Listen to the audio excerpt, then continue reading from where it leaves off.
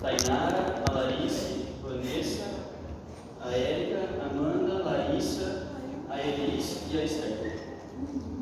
E nós vamos falar sobre a hemorragia gastrointestinal. A gente vai falar sobre a definição, a etiologia e fisiopatologia, quadro clínico, diagnóstico e tratamento de ambas as enfermidades, a alta e a baixa. No conceito geral, a hemorragia digestiva ela é uma das principais causas de ingresso hospitalar por enfermidade do trato gastrointestinal. Ela se divide em hemorragia digestiva alta, por em cima do ângulo de 3, e a baixa, que é por baixo do ângulo de 3. A hemorragia digestiva alta é a que tem origem e está uma lesão situada por em cima do ângulo de 3, que é um sangrado em função proximal do ligamento de 3. Bom, o ângulo de 3. O ângulo de 3 é esse ângulo aqui, que é o ligamento entre o duodeno e o jejunum. Bom, uma lesão por em cima do ângulo de 3, ela pode estar localizada no duodeno, no estômago ou no esôfago. Portanto, é um sangrado em função de uma lesão na mucosa de um desses três aparatos.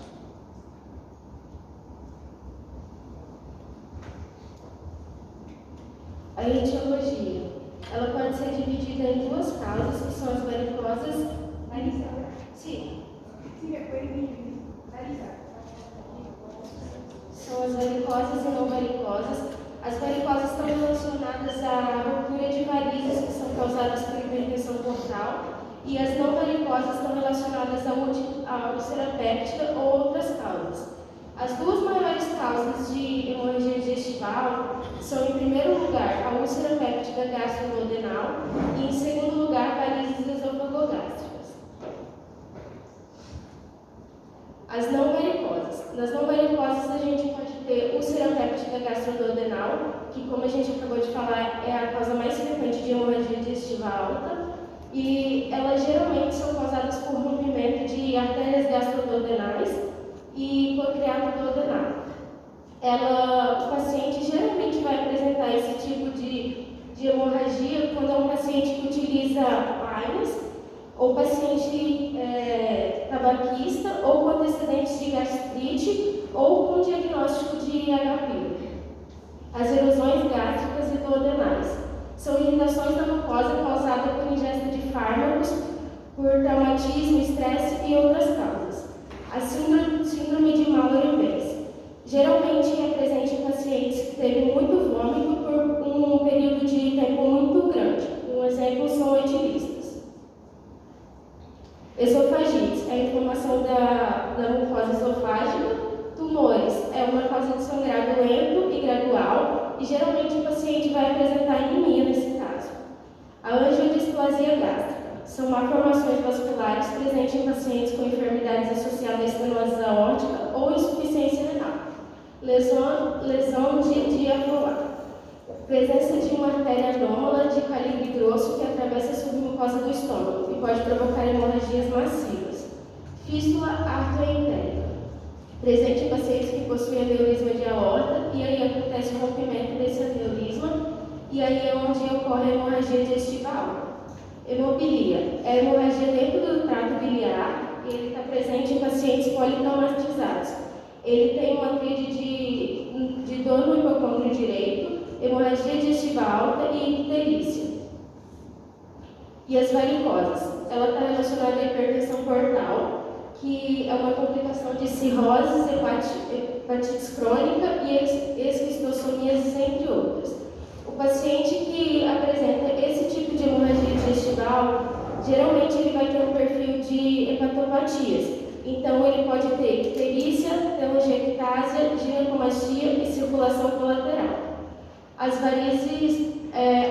varicosas podem ser divididas em varizes esofágicas e varizes gástricas ou gastropatia hipertensiva. As varizes esofágicas é a ruptura de varizes no esôfago e são dilatações do esôfago que podem causar hemorragia digestiva alta. Ela é a mais comum entre as causas de varicosas. Varizes gástricas e gastropatia hipertensiva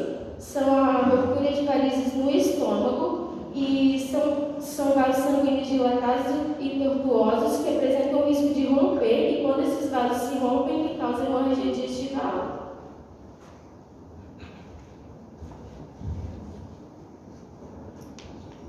Letícia, e eu vou apresentar o quadro clínico do paciente com hemorragia digestiva alta. Então, primeiramente, a gente tem que fazer uma anamnese bem detalhada dele e perguntar como que foi essa esterilização do sangue. Então, como que foi a forma de apresentação da hemorragia. E também pedir os antecedentes patológicos pessoais dele. E junto ao exame físico, a gente vai poder ter uma orientação da magnitude que foi essa perda hemática.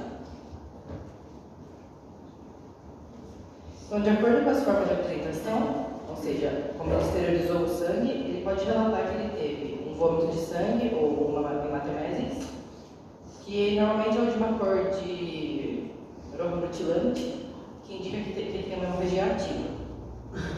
Se ele falar que ele teve uma evacuação mais pastosa, mais escura, de um odor mais intenso, a gente pode estar presente de uma melena, que seria quando o sangramento do trato superior ele é digerido pelo tubo digestivo e sai com essa mudança de coloração. Já numa hematoquécia, é a saída de sangue mais vivo nas evacuações. E isso indica que ele teve um sangrado massivo na parte superior e aí não deu tempo, e também pela quantidade não foi digerido. E ele sai com a cor normal do sangue. Sobre os antecedentes patológicos, a gente tem que perguntar sempre para o paciente se ele tem hábitos tóxicos, como consumo de álcool, por exemplo, que pode estar relacionado a uma síndrome de Mallory-Weiss, alguma cirrose. Também se ele faz consumo de alguns fármacos, como AINES, aspirina, antiagregante plaquetário e anticoagulante oral, que pode estar relacionado a uma úlcera ou uma esofagite. Também perguntar para ele se ele tem história prévia de dispepsia, de úlcera e se ele tem alguma hepatopatia crônica, que isso vai estar relacionado à hipertensão portal, à cirrose e às varizes, que a Larissa já falou. Então, no exame físico, ele vai se apresentar com uma palidez da pele, da mucosa, por causa dessa perda sanguínea, da anemia. Pode apresentar massas abdominais, que indicam um tumor, as visceromegalias, que pode ser uma hepatomegalia, por exemplo, estigmas de hepatopatia crônica, que pode ser icterícia, circulação colateral, a ascite também, e também lesões cutâneas. Sobre o trato retal, a gente pode confirmar a presença de melena. Então, às vezes, o paciente se apresenta de uma maneira que você percebe que ele teve um sangramento, só que ele não esterilizou. Ele não teve vômito, ele não teve sangramento nas fezes. Então, com o trato retal, a gente percebe que, ao tirar o dedo, a gente vê o dedo de luva, o dedo de guante. A gente vê a melena em volta do nosso dedo. E também, é muito importante fazer a avaliação hemodinâmica desse paciente, para a gente saber como que foi essa repercussão da hemorragia nele.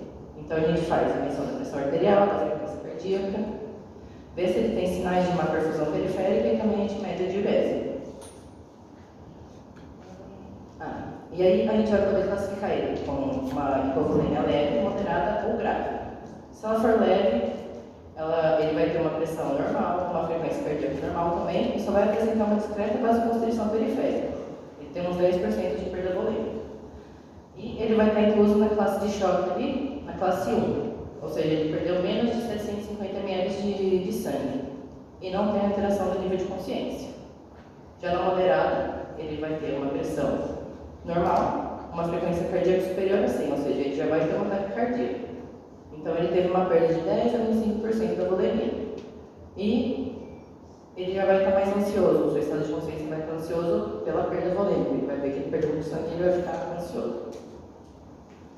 Já na hipovolemia grave, a gente vai ter uma hipotensão, a gente vai ter uma taquicardia. A gente vai ter sinais de hipoperfusão periférica também, então ele pode ter uma pele fria, uma pele úmida, anúrio, a oleada capilar dele também vai estar aumentada, mais 50 segundos. Uma perda de 25 a 35% da volemia. E ele está incluso na classe 3 e 4 de choque, ou seja, ele vai estar confuso, letárgico, e tem uma perda de 1.500 a mais de 2.000 ml de sangue.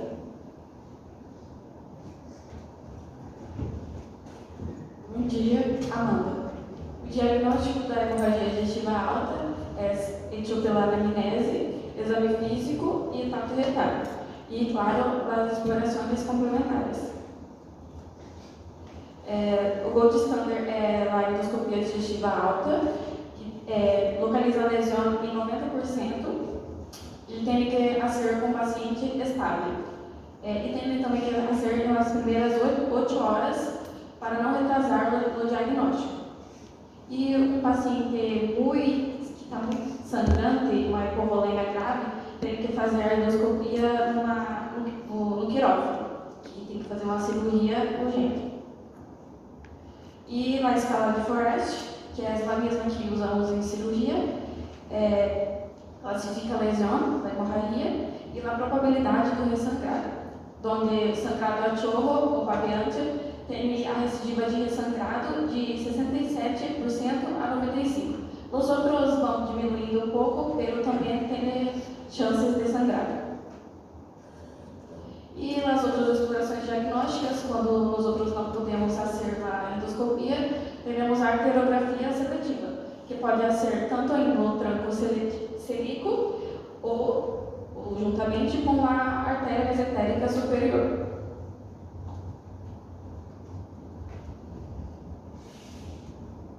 Bom dia, Tainara. O tratamento da hemorragia digestiva alta ele é dividido em dois: primeiro as medidas gerais e depois o tratamento específico.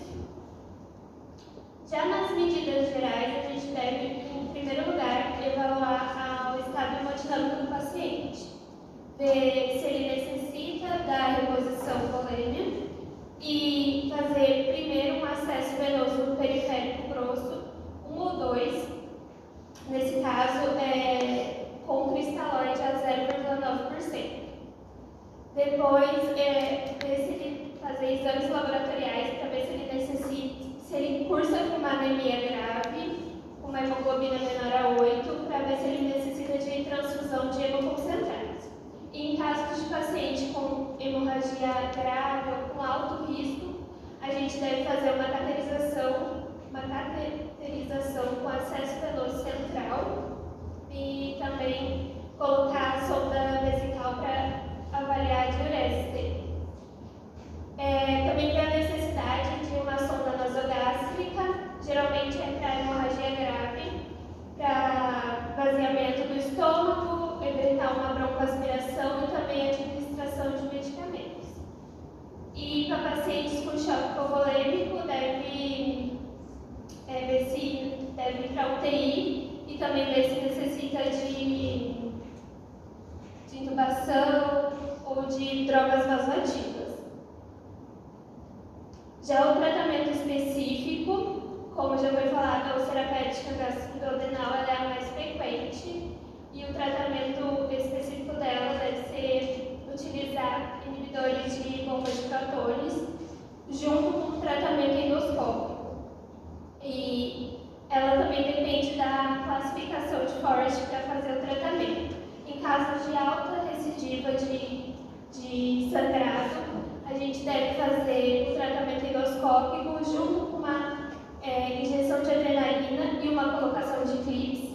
E em caso de moderada recidiva, a gente deve fazer a retirada do coágulo e reclassificar ele.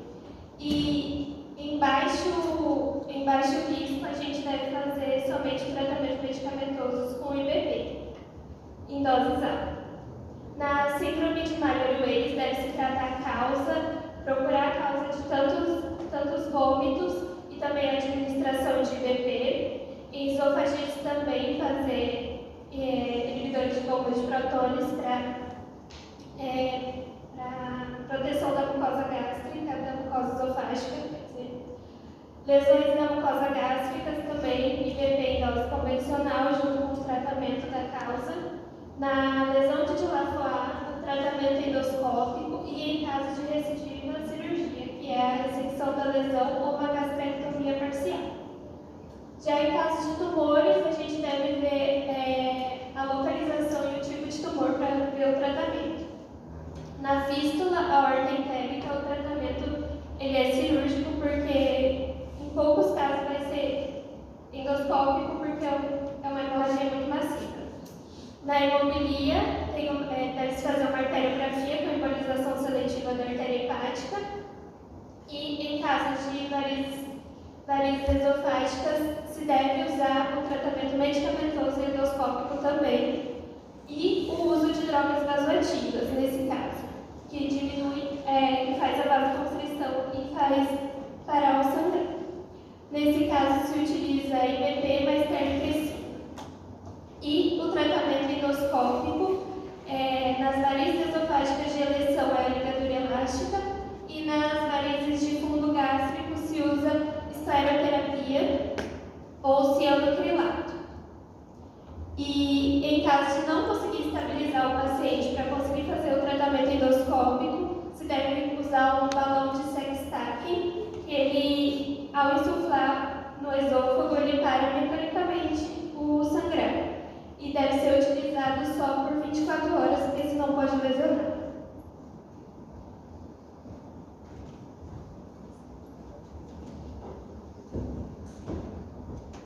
Bom dia, meu nome é Érica. Agora nós vamos falar um pouquinho sobre hemorragia digestiva baixa. Essa hemorragia digestiva baixa ela é menos frequente do que a hemorragia digestiva alta e ela está localizada abaixo do ângulo de Bates, que nós encontramos o jejum, no hílio, o colo, onde tem mais causas, o reto e o ânus.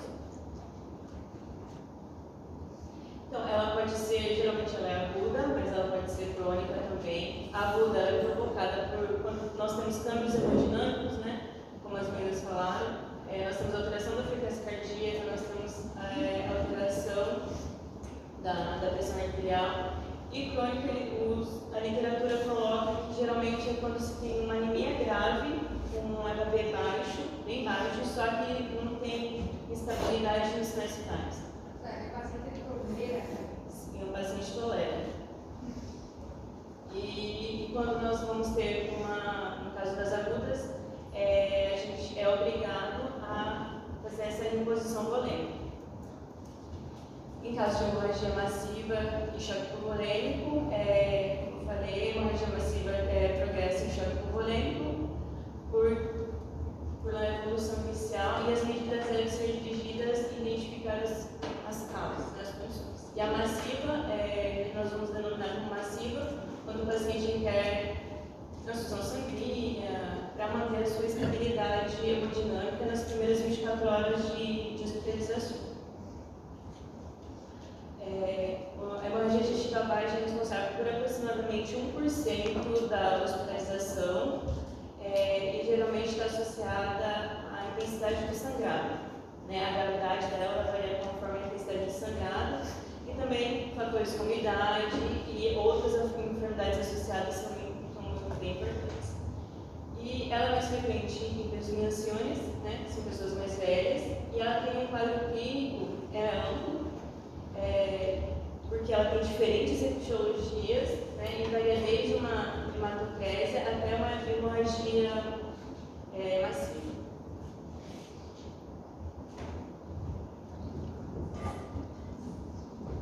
Bom dia, me chamo Esther. Vou falar um pouquinho sobre a etiologia e da hemorragia digestiva baixa.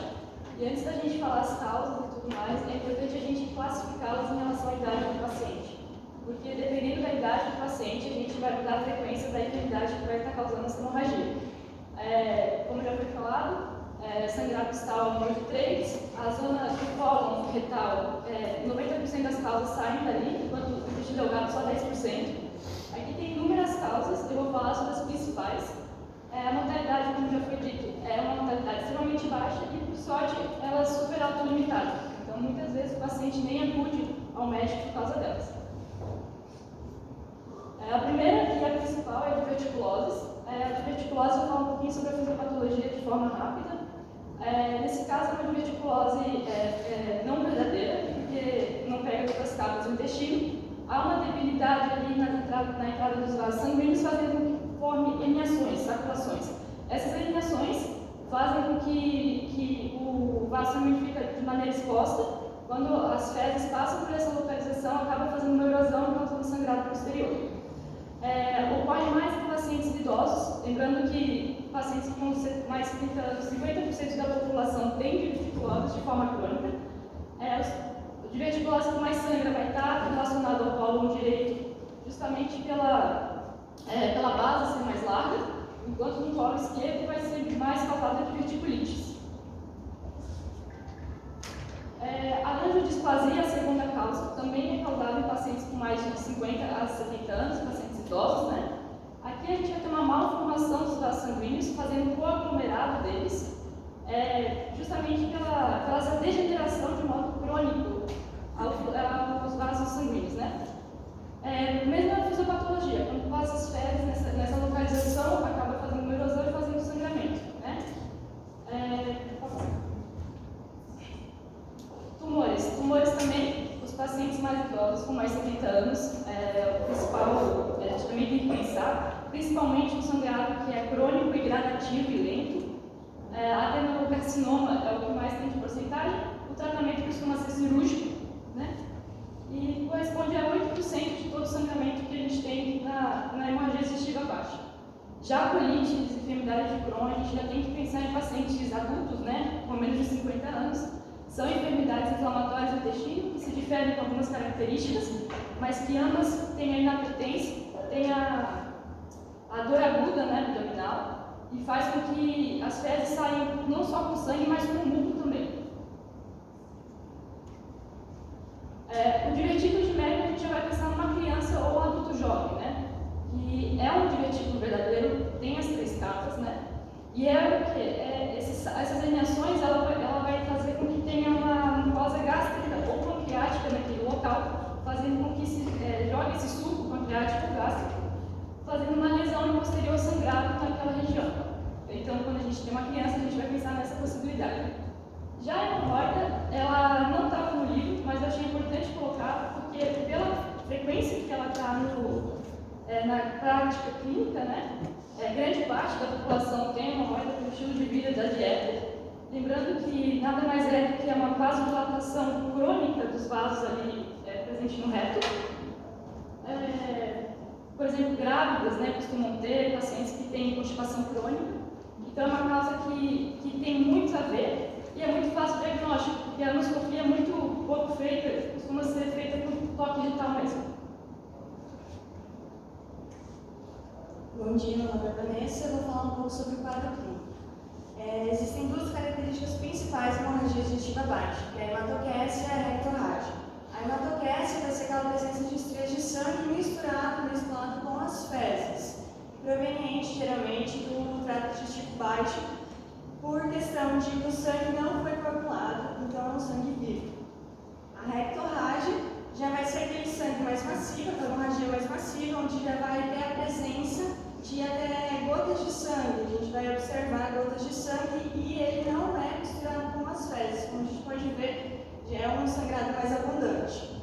E por exceções vai existir a melena. Quando acontece a melena? Porque assim, a hemorragia digestiva, ela acomete muito mais o colo, o intestino grosso, do que o intestino delgado.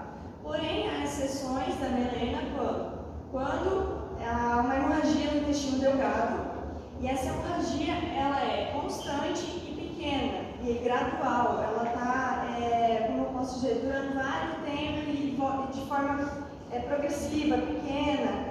Então, ela vai dar tempo dos ácidos presentes no intestino fazerem com que ela seja digerida e se manifeste de forma de melena. E acomete principalmente o intestino delgado ou até mesmo o colo direito, que seria envolvendo o colo ascendente e o seco. Também a gente pode ter outras manifestações que, lembrando que a gente tem que ter um olho muito grande com a questão do choque, do polêmico, como já foi falado. E geralmente, quando a gente tem um divertículo, angiodisplasia, a gente costuma ter uma hemorragia que não acomete, que não tenha muita dor. Alguns pacientes não apresentam dor. Já na hemorragia com uma dor intensa abdominal ou até mesmo a presença de febre, vai sugerir uma enfermidade inflamatória ou até mesmo uma infecção. O estreimento, a constipação crônica, ela já está mais relacionada com a hemorroides por questão do aumento da pressão ali no recto e no colo sigmoide. A dor anal, ela já está manifestada mais presente numa fissura anal. E uma coisa que a gente tem que ter muito olho é no paciente idoso, maior de 50 anos, geralmente, ele vai chegar no nosso consultório falando que vai ter uma hematoquese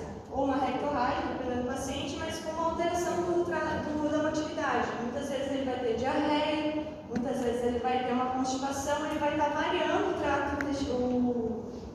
o hábito intestinal dele, a catarse dele, e daí a gente vai ter que suspeitar de uma neoplasia, principalmente. Lembrando que no exame físico a gente vai ter o que a gente costuma fazer para ver a presença de massas abdominais, visceromegálias, até mesmo presença de nódulos, fazer a inspeção dessa zona anal. Por quê? Porque a hemorroida e a fissura é um acometimento muito comum entre as pessoas. E ele é o mais fácil de diagnosticar, porque é mesmo o toque retal, porque o toque retal é muito importante, que em qualquer paciente que venha manifestando uma hemorragia, a gente vai fazer o toque retal. Então, ao fazer o toque retal, para você verificar a presença de sangue vivo, principalmente, a gente já vai ter o diagnóstico mais fidedigno de hemorroida ou uma fissura anal. Bom dia, a Larissa. Eu vou falar do diagnóstico. Bom, primeiro você tem que avaliar a gravidade do sangramento, verificar se não é originado do trato digestivo superior. Ali está a colonoscopia, mas é endoscopia, colocado errado. Se deve realizar a história clínica do paciente, o exame físico e os exames complementares. Se o paciente chega inestável, você vai ter que estabilizar ele primeiro e depois fazer uma reposição volêmica com cristalóides. Se essa rectorragia é leve ou moderada, se não tem repercussão dinâmica nem descenso da hemoglobina, ela não requer um ingresso hospitalar, pode ser tratada ambulatoriamente. Então você vai fazer a anoscopia ou tato retal, ou rectoscopia, onde você vai procurar hemorroidas ou fissuras anais que podem estar causando essa hemorragia. E a colonoscopia você pode realizar em pacientes maiores de 40 anos ou se eles têm algum sinal de alarme, como perda de peso, câmbio do ritmo deposicional, para descartar outras enfermidades. A hemorragia grave ou hematoquécia, você vai realizar a arteriografia seletiva, com eventual enteroscopia intraoperatória. Ela vai ser realizada em pacientes onde tem uma hemorragia massiva e eles não estão estáveis, então você vai precisar fazer isso. A pessoa vai estar com uma frequência cardíaca maior a 100 e uma pressão arterial sistólica menor a 100. E você também vai utilizar esse exame quando a colonoscopia não pode ser realizada, porque ela precisa de um tempo para preparar o colo para ser realizada o exame. Na hemorragia digestiva de origem incerta, quando ela é de origem hemorragia digestiva não é aparente na gastroscopia ou na colonoscopia, se suspeita que está no intestino delgado, que é a origem da hemorragia. Em meninos e adultos jovens, você vai vai desconfiar que é no divertículo de Merkel, mediante, daí você realiza a gamografia com 99 MTZ. Na hemorragia grave persistente, como eu já falei, a arteriografia seletiva. E na hemorragia recorrente ou autolimitada, onde tem um baixo débito, você vai utilizar as cápsulas endoscópicas, onde ela vai indo no intestino e tirando fotos para ver aonde está a hemorragia. Só que ela só é diagnóstica, ela não trata. E daí você vai fazer também a enteroscopia assistida por balão, que onde ela é diagnóstica e ela trata também. E você realiza ela se você não pode estabelecer aonde está a cápsula, né? Onde ficou a cápsula. Se essas explorações são negativas, se deve valorar a necessidade da arteriografia seletiva e, eventualmente, a enteroscopia intraoperatória, que é a cirurgia. Essa decisão se baseia na atividade da hemorragia. Você vai ter que avaliar o risco e o benefício do paciente em realizar esses procedimentos. Então, aqui eu vou falar um resumo. Então, primeiro, você vai fazer a anamnese, a exploração física e as medidas gerais para a reanimação do paciente. Se a hemorragia foi massiva, você vai fazer uma arteriografia e depois uma enteroscopia intraoperatória. Se ela não é massiva, você vai fazer uma colonoscopia. Ela deu positiva na colonoscopia, você vai fazer um tratamento específico para onde está essa hemorragia. Se ela deu negativa e tem uma hemorragia persistente ou recidivante, você vai usar a cápsula endoscópica ou a enteroscopia assistida por balão, que daí você vai avaliar o risco-benefício. Se tem muito risco, você vai fazer a arteriografia, quando ele não está lá estável, e depois a enteroscopia intraoperatória. Se não, você vai fazer um tratamento conservador, com transfusão.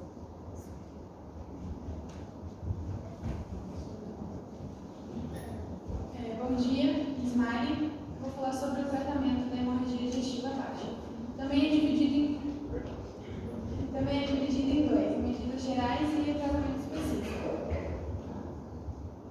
As medidas gerais vai evaluar primeiramente o estado hemodinâmico do paciente.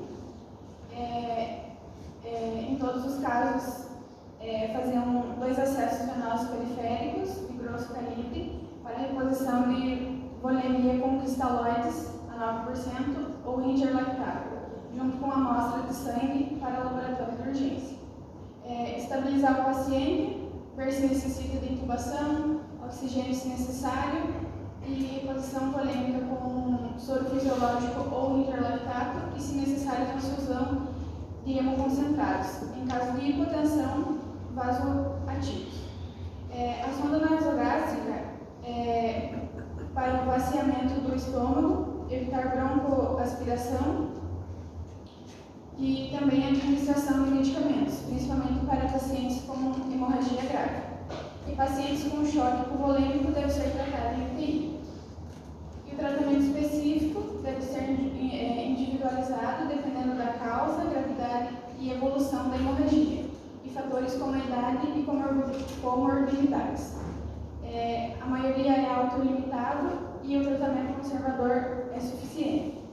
Porém, se a hemorragia persiste, será necessária a intervenção terapêutica. O tratamento cirúrgico, pacientes com hemorragia persistente que não será podido conseguir a hemostase com outras técnicas. Critérios de tratamento de urgência: hemorragia grave, repercussão hemodinâmica, elevados requerimentos de transfusão sanguínea. Evaluar o risco individual de acordo com a idade e comorbilidades. Etiologia definida de origem do sangrado e secção segmentária. Etiologia não definida, colectomia subtotal.